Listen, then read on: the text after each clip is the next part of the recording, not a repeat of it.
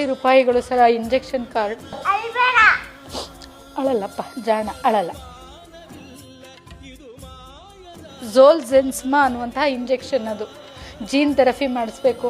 ಅದು ಬಿಟ್ಟರೆ ನಮಗಿರೋವಂಥದ್ದು ಇನ್ನೊಂದು ಆಪ್ಷನ್ ಏನಂದರೆ, ಆಗಿರೋ ಡ್ಯಾಮೇಜನ್ನ ರೀಪ್ಲೇಸ್ ಮಾಡೋಕ್ಕಾಗಲ್ಲ. ಇವನ್ನ ಜೀವಂತವಾಗಿ ಉಳಿಸ್ಕೋಬೇಕು ಅಂದರೆ ರೋಷೆ ಕಂಪ್ನಿಯವ್ರು ಕಂಡಿಡುವಂತಹ ರೆಸಿಡಿಪಾಮ್ ಅನ್ನುವಂಥ ಸಿರಪ್ ಕೊಡಬೇಕು. 6 ಲಕ್ಷ ರೂಪಾಯಿ 15 ದಿನಕ್ಕೆ ಮಾತ್ರ ಬರುತ್ತೆ ಆ ಸಿರಪ್ಪು. ಆ ಪ್ರೋಟೀನ್ ಅವಳಿಗೆ ಸಪ್ಲೈ ಆಗ್ತಾ ಇಲ್ಲ. ಪ್ರೋಟೀನ್ ಸಪ್ಲೈ ಆಗದೆ ಇರೋದ್ರಿಂದ ಅವಳಿಗೆ ಪ್ರತಿದಿನವೂ ನರಗಳು ಸಾಯ್ತಾ ಇದೆ.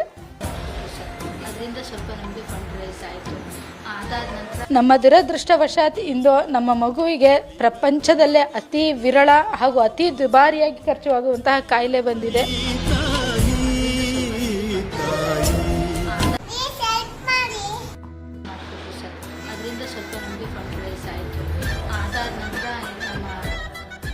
ಮೆಂಟಲಿ ನಾವು ಪೂರ್ತಿಯಾಗಿ ಸತ್ತೋಗ್ಬಿಟ್ಟಿದ್ದೀವಿ. ಆದರೆ ಏನು ಅಂದರೆ, ನನ್ನ ಮಗಳಿಗೋಸ್ಕರ ನಾನು ಉಳಿಲೇಬೇಕು, ನನ್ನ ಮಗಳಿಗೋಸ್ಕರ ನಾನು ಬದುಕಲೇಬೇಕು, ನನ್ನ ಮಗಳನ್ನ ನಾನು ಒಂದು ಹಂತಕ್ಕೆ ತರಲೇಬೇಕು. ಆಮೇಲೆ ಬಹಳಷ್ಟು ಅವಮಾನಗಳನ್ನು ಎದುರಿಸಿದ್ದೀವಿ.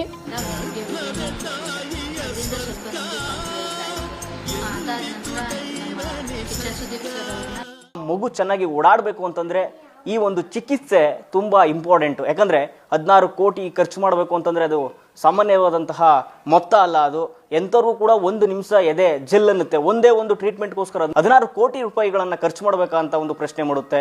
ಸದ್ಯಕ್ಕೆ ಜನಗಳ ಬಳಿ ಹಣವನ್ನು ಕೇಳ್ತಾ ಇರುವಂಥದ್ದು. ತಮ್ಮ ಕೈಲಾದಷ್ಟು ಹಣವನ್ನು ಕೊಟ್ಟು ನನ್ನ ಮಗಳನ್ನು ಉಳಿಸ್ಕೊಳ್ಳಿಕ್ಕೆ ಒಂದಿಷ್ಟು ಹೆಲ್ಪ್ ಮಾಡಿ ಅಂತಲೂ ಕೂಡ ಕೇಳ್ತಾ ಇರುವಂಥದ್ದು. ನನ್ನೊಟ್ಟಿಗೆ ಆ ಮಗು ಇದೆ, ನೀವು ಗಮನಿಸ್ಬೋದು, ಕೀರ್ತನ ಅಂತ 2 ವರ್ಷದ ಮಗು.